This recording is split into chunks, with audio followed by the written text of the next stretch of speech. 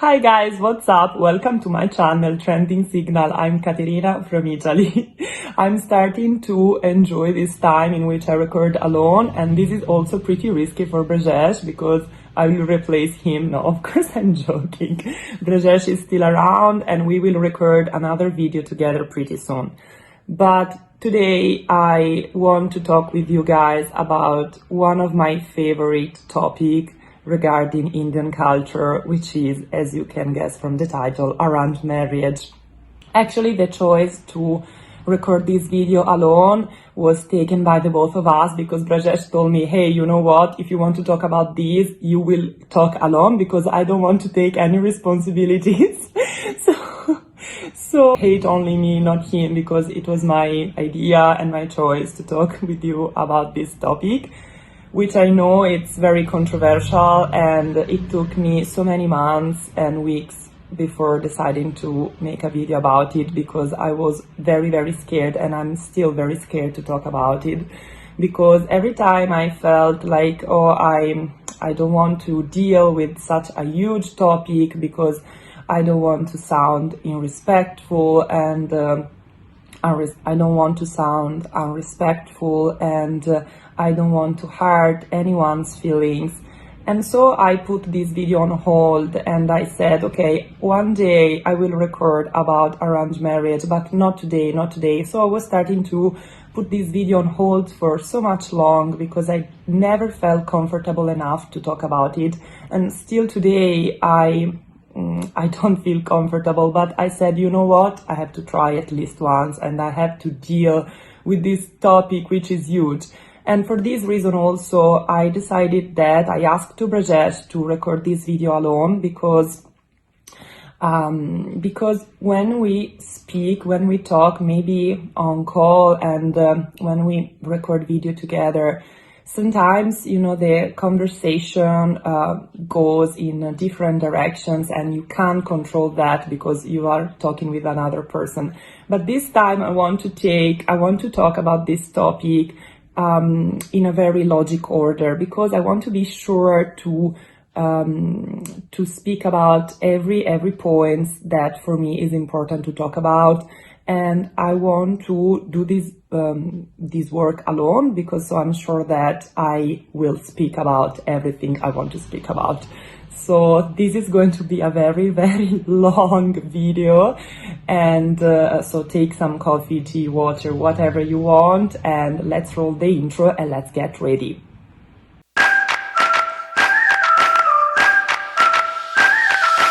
So before starting, I want to say a couple of things as disclaimer. The first thing is to mention my sources.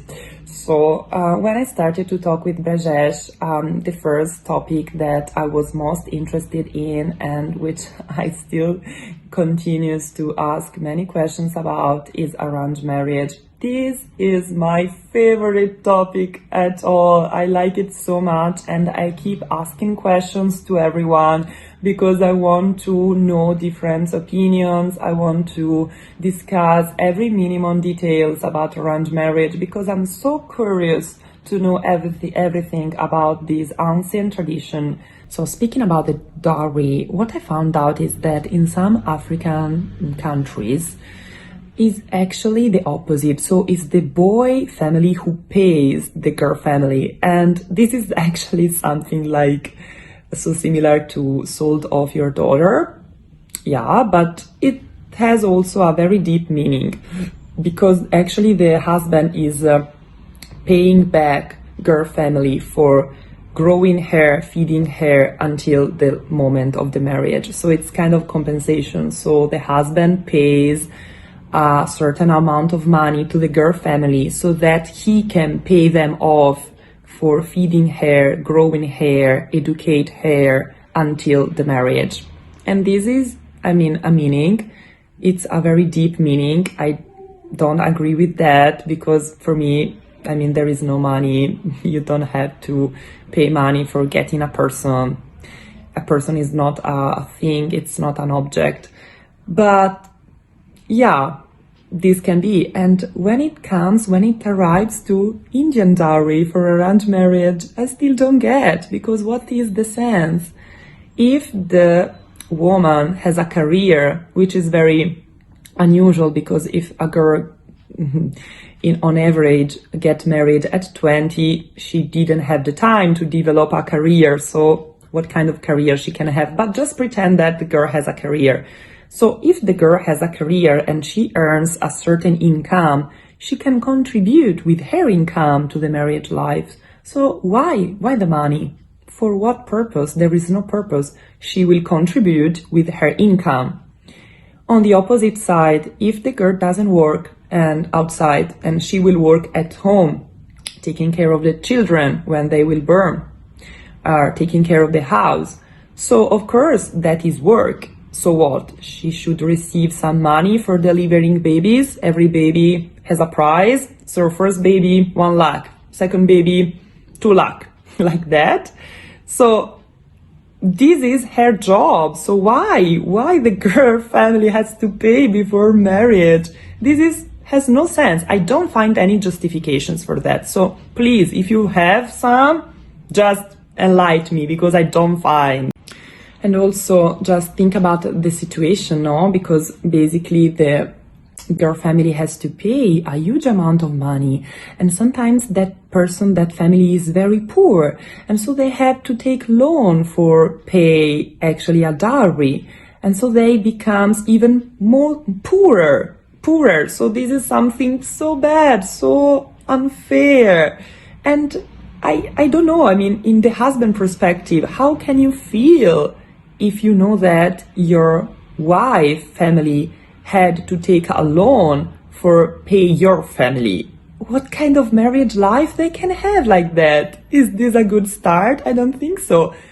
And as girl, and you know that for getting you married that perfect stranger, your family has to pay so much money. So basically you have also, for me, a sense of guilty, because you maybe you can think, oh, I have to make things work because my family paid so much money, so I can't disappoint them. This marriage has to work, forcefully, because they paid, no? They paid for me. So these things has to work. And this is absolutely a very bad mental conditions to live in and to start your marriage life. And also, not only money, because Rajesh told me that it's usual for a girl family also to replace all the home stuff. So they can have to buy also the fridge, new oven, new, glasses. And not only for the dowry, because I know that also a girl family has to provide all the home stuff, so they have to pay for that. So I'm thinking that if you have 3 boys, you can make a business, because every year you can renovate, remodern all your home. Oh God, I mean, why they have to wait for your son to get married to buy a new fridge? No, actually to receive a new fridge. Really? I mean, for real? And you have this sort of parade that all the home stuff is going to husband home, and wow. And so this is also another so much money that you have to spend, money. And also wedding expenses are also on the girl family. And also the girl family has to move, to leave her home, to go in another city, in another village, and to start a new life. So my final question is, what's the benefit for a girl to get married in an arranged marriage like that? Because she has to pay a lot of money to the husband family. She has to provide the new home stuff. She has to go to live in another village where she doesn't know anyone, where maybe she find a mother-in-law, sisters-in-law, kids already born where maybe she find a mother-in-law, a sisters-in-law. So, I mean, wow, so much pressure on her. She has to get in a new environment where nobody knows her, far from her family, far from her friends, far from everything she knew until that moment. This is so stressful. This is a lot to take care of. I mean, wow, how she can deal with all of that. She's a superhero. She's a superwoman. And the husband, what he does, actually. Let's think about it. What's his? I mean, he doesn't know anything. Basically, he just picks up her wife from some photos and that's it. So guys, my provocative question is this one. Why girl families don't invest this money instead for the dowry in girls? Why they can't provide the girl an education, a house? The girl can, I don't know, live in another city, go and study abroad. She can do what she wants with the amount of money that girl parents could invest in the dowry. Why girl parent has to invest in the dowry when they can invest in the girl for a better future that she can build on her own? Because marriage is a very, very bad investment. So why they can't simply invest in her and give her all the chances that she wants in life, going to live abroad, to study, to have a better job, to start a business, a shop or something, to start her own career. Because when a girl got married, usually she's so young, she didn't have the time to develop a career. Because at 25 years old, boys have a career at 25 years old. They are very few. I mean, very few people have happy with their career at 25, 24 years old. So it takes more time. So why they have to invest in a marriage that will bring her daughter away from her home? Because of course with marriage, the daughter will go in another home. She has to adapt to new rules in the new house. She has to fit in a new family. And so if the dowry is something that girl families pay for get free of the burden because the girl is a burden, so why you cannot invest this money on her, in her future, in her career? And here we are again with a family, with a boy families who waits for the boy to get married, for having a new fridge, for having a new oven, for having new home stuff. I can't understand, sorry guys, I laugh so much on this, I smile because it's hilarious, it's very hilarious. I mean, they had already this stuff, why they want new stuff for the marriage and all this material stuff, and no one get attention to the two persons that are going to get married. No one pays attention because, I mean, it's like random. They are strangers to each other. So I don't get. And also another topic that is, for me, it's very important to speak about. It's what if girl or boy has a previous relation with another person? So what happened? This person is a machine and she says, oh, you know what? I already fixed the marriage with this one, so I broke up with you, like this in a day. So feelings don't disappear in one day.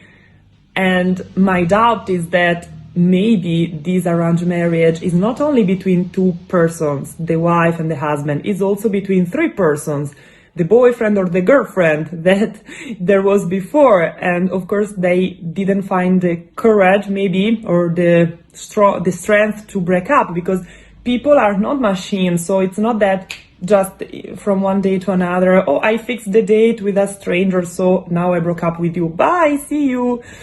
I mean, this is ridiculous, how this can happen. So of course, for me, for what I picture arranged marriage in my mind, this relation also continue after the marriage.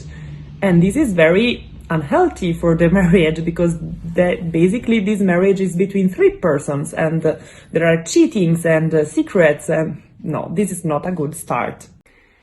So if until here it's pretty much clear, I'm also speaking to people who doesn't know what arranged marriage is in India. If it's clear until this moment, so if everything is clear until this moment, and I'm also speaking to people who doesn't know what arranged marriage is in India, let's go back a little bit to talk about the meeting between the boy family and girl family. So if this meeting goes okay and you have all things set up and good from the both sides, these two families fix the date. And so pay attention, they never met each other before, because before fixing the date, bride and groom, they never met each other. So this is very important to clarify.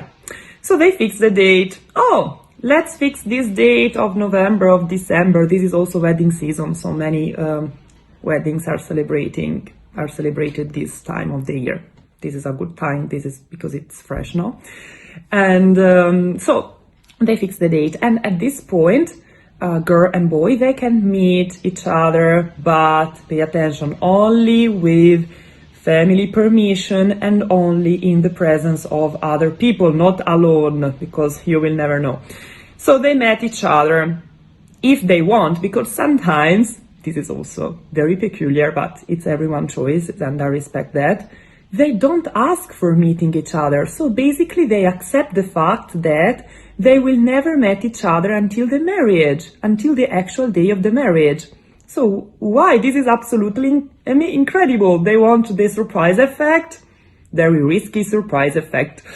So they don't meet each other before, and they accept to meet this other person the day of the marriage.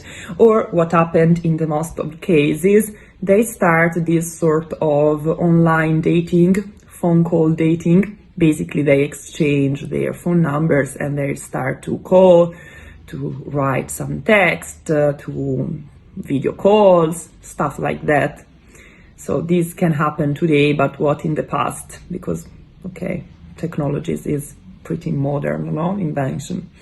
So, okay, and what I found out, and this also comes from many Bollywood movies who picture these, for me they have a little bit of fault, because they picture this arranged marriage as something magic, as something, as a fairy tale, this arranged marriage, a boy and a girl, two strangers, they fell in love after all. So after many months of phone call dating, as I called him, they fall in love, and when they married each other, they are in love. So what I have to say about that is this: if someone told you you're going to eat every day the same, what I have to say about this is, if someone told you that you're going to be able to eat for your whole life just one type of food, for example tomatoes, I think that at the end of the day, you have to start to like these tomatoes. And I don't want to be so cynic, but this is something that it's unbelievable, because this is really a choice. So you have a choice between disappointing your parents and don't get married, or marrying this person that you don't like so much, but you have to accept and tolerate. So at the end of the day, between two options, maybe you prefer the second one and you say, you know what? Okay, maybe feelings will arrive, maybe love will arrive, because it doesn't happen soon, so I have to wait. So let's see, maybe it will happen, no? I will fall in love. This is a big hope. I mean, you have the hope to fall in love with this person. You don't have the certainty to fall in love with him or with her. So, I don't know, it's a big, risky. It is gambling. For me, it's gambling. It is compared to a poker game or a chess game. You're playing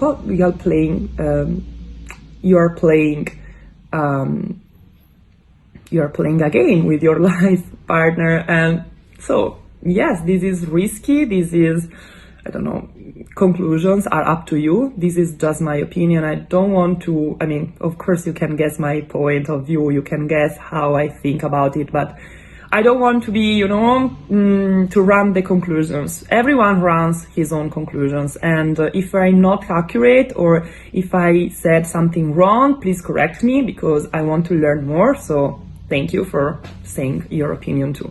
But let's continue, because I have so many things still to say, and I want to say them all today. I want to say all. I want to flow everything out about this topic, and then maybe I will never talk again about it. I hope not, because I like so much this topic that I want to talk every day. But yeah, I don't know. It's something so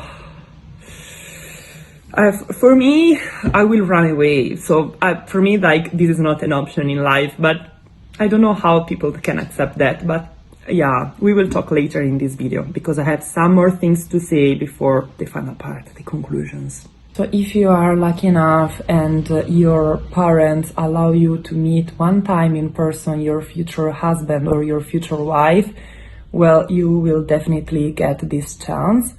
And this sounds like a very, very awkward moment, because what will you talk about? It's very awkward. You can ask so many things, but you have so short time. So what's the questions? What's the topic? And I think that there is a similar situation to when the girl has to talk with the boy family. So what questions you're going to ask? It's very, there is so much pressure. And of course, you can always step back, because this is something that we can compare to an engagement, no? So you are engaged, you can step back because you are not married yet.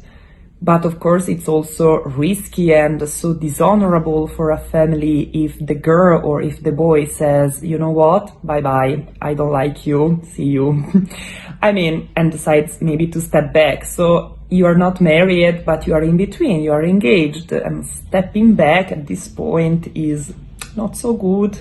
Indian marriages are very long and they can last several days, maybe 2 days, 3 days, until 7 days at max, I think. I don't know, maybe someone make also longer weddings, but you know, so let's pretend that these two guys, groom and bride, they never met before even once.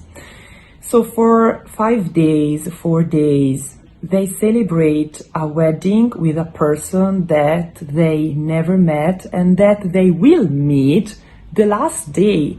So all the procedures, all the ceremonies that happened before the last day are individual, are single. So basically they only regard or the bride or the groom, but they are never together until the last day. So for several days, you celebrate your wedding with a person that you will meet only the last day. And how are your feelings? How do you feel during these days? You feel good, excited, nervous, so much nervous. You feel anxious, you feel terrified.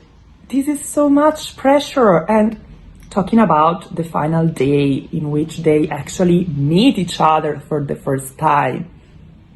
This is, I mean, I never saw a marriage between two people, bride-groom, that they are actually having fun. They are always like stuck like that with very sad emotion, sad face. I know that maybe they are shy. They are in front of many people they never met in all their life.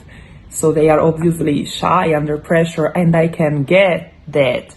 But they never smile, they are never happy, and they have to go through these several formalities, because also there is this figure, there is the pandit who guides and directs all the marriage. So they have to follow this procedure very strictly. They don't have the time for enjoying the party and having fun, because even if it's their wedding and they are supposed to have fun, to dance, to laugh with their friends, with their family, they are like so rigid. They are stuck in their positions and they barely talk to each other because there is no time. After the marriage in itself, there is this moment in which, at the end of all the celebrations and the fun part, the bride is taken away. Basically, she will enter in a new house very soon, in a new home with new people. She will adapt to new rules. She will meet the other family members. She will live with them. And we can also think about what kind of life she can have after marriage, because, as I said before, if she marries young, if she gets married very young, as much often it happens, so she didn't have the time to develop a career, so she is still very young, maybe she just graduated, maybe she is in graduation. And so they said to her, oh, don't worry, daughter, you will have time for complete your studies or for pursuing a career after the marriage. But let's be realistic here. What are the chances? Because it takes so much effort, it takes so much strength to finish your graduation and to start a career after the marriage. Because, as you know, with the marriage, it arrives also the children very soon. So, I mean, where is the time for thinking about herself? She go through being daughter of someone to be the mom of someone else in like, what, 1 year? This is huge, and she has also to adapt to new rules, to a new life. So it's a lot to handle. The majority of Indian, and we are talking about 90% of the population, prefer arranged marriage, and this is unexpected because so many people, and also they prefer, so not only they choose, they prefer over love marriage. Wow, this is incredible. As long as there are differences between people who belongs to different castes, as long as it will exist arranged marriage, because arranged marriage prevents the fact that people from different castes can get married to each other. Because of course, parents also always are there to guide, to direct who your daughter or who your son is going to get married with. So it kind of, I mean, for me, they are very similar. They go together, caste system and arranged marriage, because one helps the other. So they help each other to keep alive. Because for me, arranged marriage and caste system, they go together because they help each other in continuing the existence. Arranged marriage prevents that caste system can be break down. So as long as there will be arranged marriage, I think that there are chances that caste system will be to continuing. So I kind of imagine that some of you will say it's culture, it's Indian culture, this is what it is. No, guys, I mean, there are chances that this culture can end and can improve. So it doesn't matter if this is an old culture, because also if arranged marriage exists from thousands of years, it doesn't mean that he has to exist in the future. There is no rule. It can end now, today. So I don't want to do propaganda, but it sounds like that. I know that I have a very strong belief on arranged marriage. My idea is very strong, so difficultly I will change my mind. But please, in this case in particularly, I would like so much to know your experience, your points of view, or everything that you want to say to me about this topic. And maybe you can also try to make me change my mind. It will be hard, so don't forget to subscribe. Thank you for watching this long video, guys. Don't forget to subscribe to our channel and to follow our Instagram page, Trending Signal. See you guys on the next video. Bye.